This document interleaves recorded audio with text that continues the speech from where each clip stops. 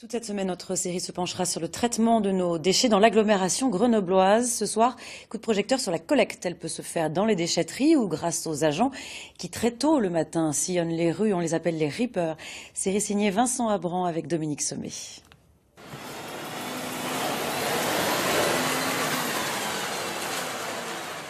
Il est 5 heures, la température est négative. Grenoble a encore sommeil.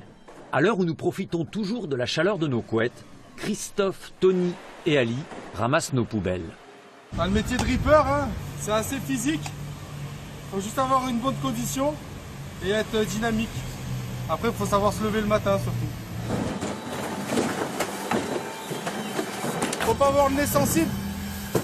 On s'habitue aux odeurs. Une fois qu'on s'habitue aux odeurs, ça va. Chaque matin, 70 bennes à ordures ménagères sillonnent les communes de Grenoble-Alpes Métropole.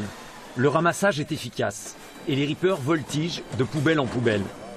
Au volant de son camion de 20 tonnes, Christophe arpente les rues piétonnes. Une vigilance de tous les instants est nécessaire. Et moi, la rue Lédiguière, le bout de la rue Lédiguière, après, je suis obligé de refaire tout le tour par boulevard Gambetta alors. Le métier est dur. Au quotidien, la solidarité entre les agents de collecte est importante.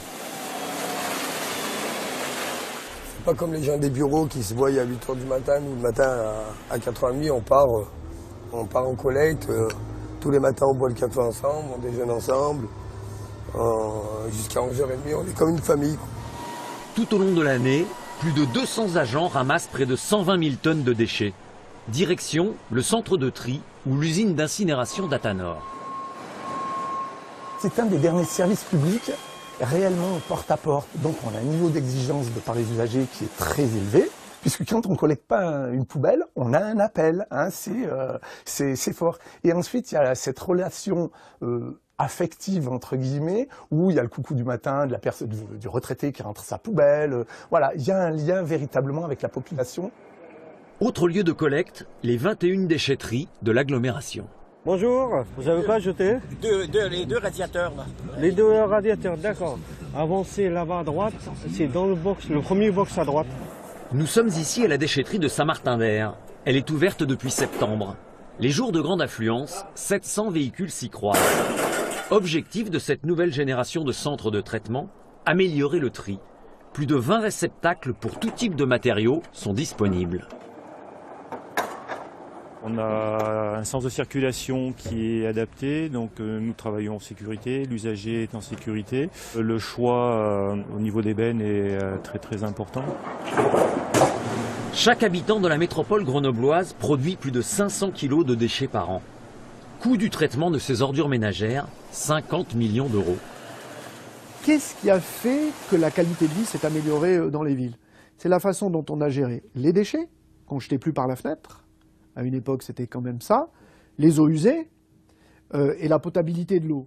Aujourd'hui, nous arrivons à un nouveau modèle qui est de dire en fait, cette quantité de déchets doit être raisonnée, régulée, baissée, mieux triée. Donc c'est tout simplement cette organisation nouvelle qu'il nous faut penser. Pour réduire les coûts et surtout l'impact sur l'environnement, la métropole a lancé un plan à l'horizon 2030. Objectif, diminuer de moitié la poubelle d'ordures ménagères et recycler 2/3 des déchets produits sur le territoire.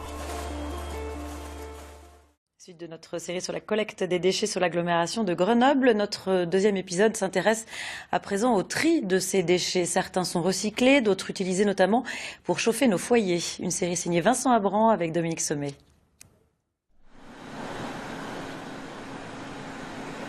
Alors là, c'est la salle de contrôle. On a ici les ordures qui vont être stockées et amenées dans les fours pour être valorisées. Et puis ici, vous avez les postes de conduite, donc où on gère à la fois les fours et puis le réseau de chauffage urbain.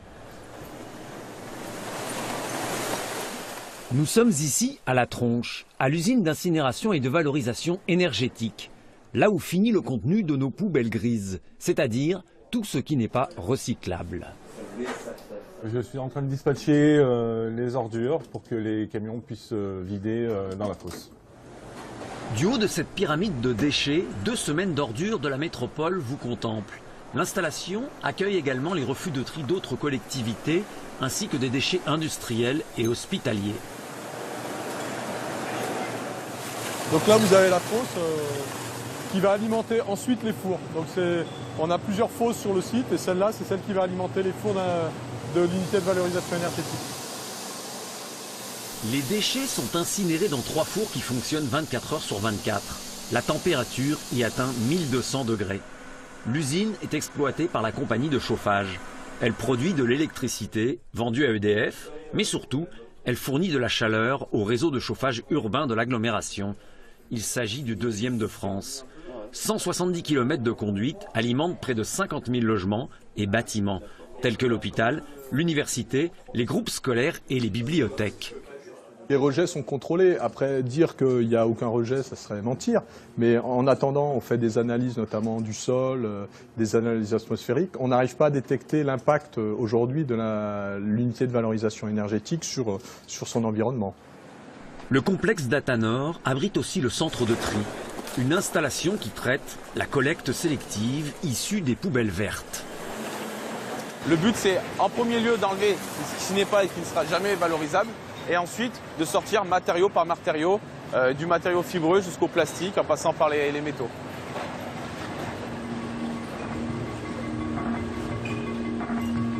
Sur cette chaîne, plus de 10 tonnes de déchets sont triés par heure. Première opération, enlever les monstres, les grosses pièces qui n'ont rien à faire dans le centre. Puis, papier, carton, briques alimentaires, plastique, aluminium et acier sont séparés tout au long de la progression des tapis roulants. Certains emballages sont même séparés des autres grâce à un jet d'air comprimé. L'intégralité de la première partie du tri, ce qu'on appelle le tri primaire, est mécanisée, avec différents équipements, les balistiques, les trieurs optiques, et comme on a derrière nous un overbound, donc un principe de séparation qui permet de retirer les éléments qui sont constitués d'acier. Mais l'intervention humaine reste indispensable pour affiner le tri. En bout de chaîne, des agents contrôlent et rectifient les erreurs des machines. Puis, les matériaux sont compactés pour être vendus. Ça part dans des unités de recyclage, donc des plasturgistes, des papetiers, des choses comme ça. Donc nous, on est vraiment focalisé sur la séparation des matériaux valorisables. Et ensuite, il y a des unités qui sont dédiées pour ça, pour recycler les matériaux. L'an dernier, 15 000 tonnes de déchets ont été recyclés. Mais des progrès restent à faire. Les poubelles grises débordent. 70% de leur contenu pourrait être recyclable ou réutilisable. 30% devraient se trouver dans des poubelles vertes et surtout, 36% sont des déchets alimentaires compostables. Toute cette semaine, vous le savez, nous nous intéressons à la façon dont nos déchets sont traités, triés, recyclés. Ce soir, coup de projecteur sur les nouveaux dispositifs mis en place dans l'agglomération de Grenoble pour améliorer ce tri. Cela vise notamment le verre ou encore nos déchets alimentaires. Une série signée Vincent Abran, Dominique Semet et Asdine Kebabti. Améliorer le tri pour pouvoir recycler 2/3 des déchets produits sur le territoire, voici l'objectif que s'est fixé la métropole grenobloise. Des expérimentations sont déjà en cours, comme ici, avec le dispositif Clink pour le verre. Grâce à une application, 150 conteneurs connectés permettent de compter les emballages en verre rapportés. Je suis connectée. Donc il suffit de déposer son verre sans trop mettre la main à l'intérieur du trou. Et vous avez un petit voyant vert qui s'allume. Quand le dépôt est bien du vert, la box vous signale que vous avez fait le bon dépôt et je viens de cumuler un point. Les points cumulés permettent de bénéficier d'offres promotionnelles auprès de commerçants. Aujourd'hui, 23 kg de verre sont collectés chaque année par habitant. L'objectif est de l'améliorer de 10 kg.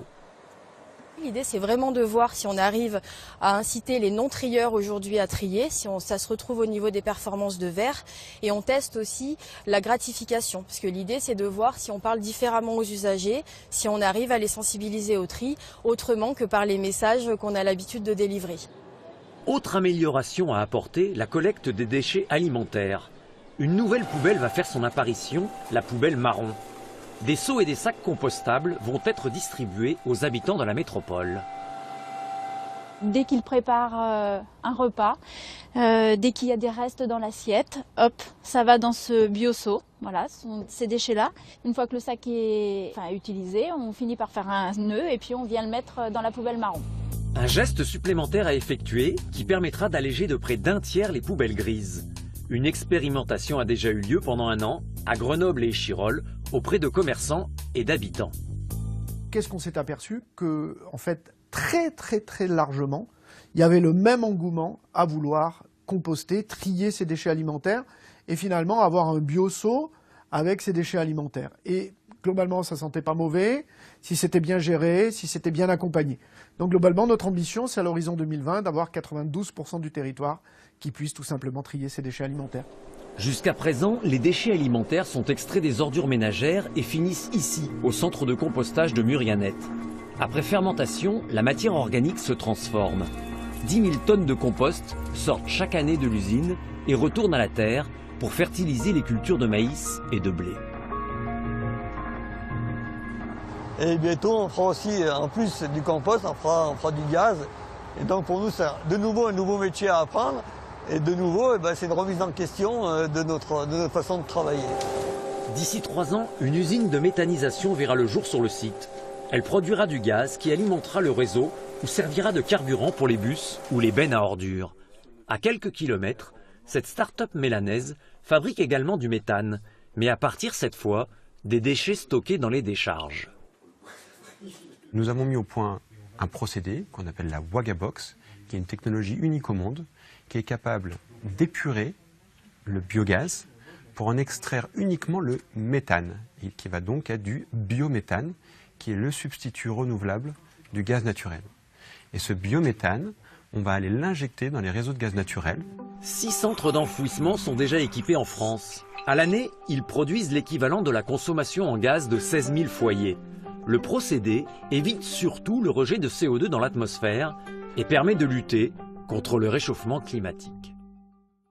Suite de notre série consacrée à la façon dont nos déchets sont traités dans l'agglomération grenobloise.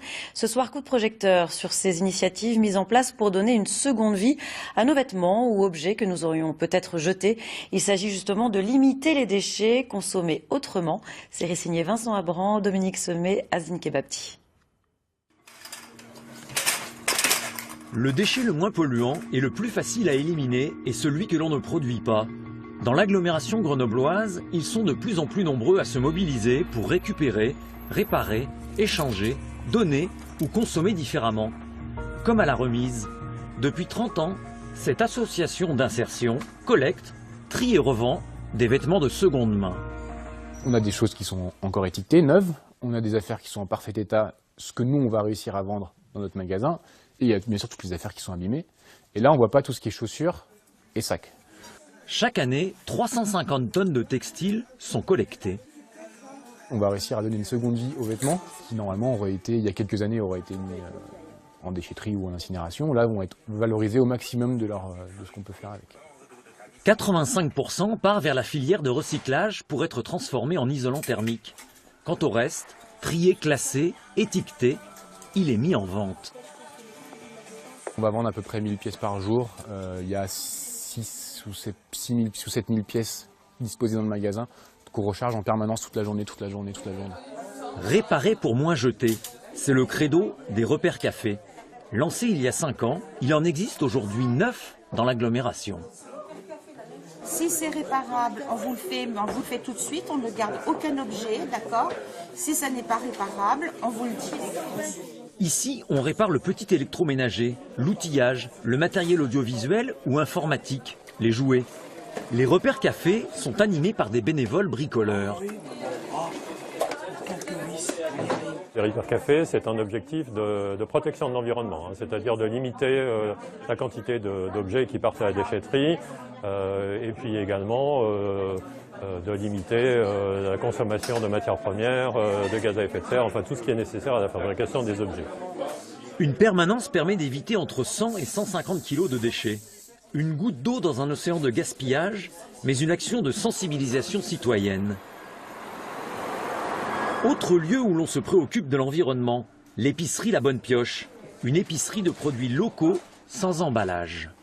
On voit que les gens ont de plus en plus envie de consommer différemment, de limiter leurs déchets, sont plus intéressés par le sujet, ont envie de savoir d'où viennent leurs produits, qui sont curieux pour tout ça. Pionnière à Grenoble, l'épicerie est ouverte depuis plus de 2 ans. À sa naissance, il en existe moins de 20 en France. Aujourd'hui, on en compte environ 200. Les premiers clients sont des initiés, les précurseurs du vrac. Puis sont arrivés les habitants du quartier et enfin, les plus jeunes. On a eu aussi de plus en plus des étudiants qui sont venus. Pourquoi? Parce que je pense qu'ils sont de plus en plus sensibilisés aussi à consommer différemment. Ça fait vraiment partie je pense, de la nouvelle génération voilà, qui arrive et qui est conscient qu'on peut faire des choses un petit peu mieux pour la planète. Malgré ces initiatives, nous continuons trop souvent de jeter sans compter. La société de consommation a créé l'homo detritus. Rien que dans la métropole grenobloise, sont générés chaque seconde 8 kilos de déchets.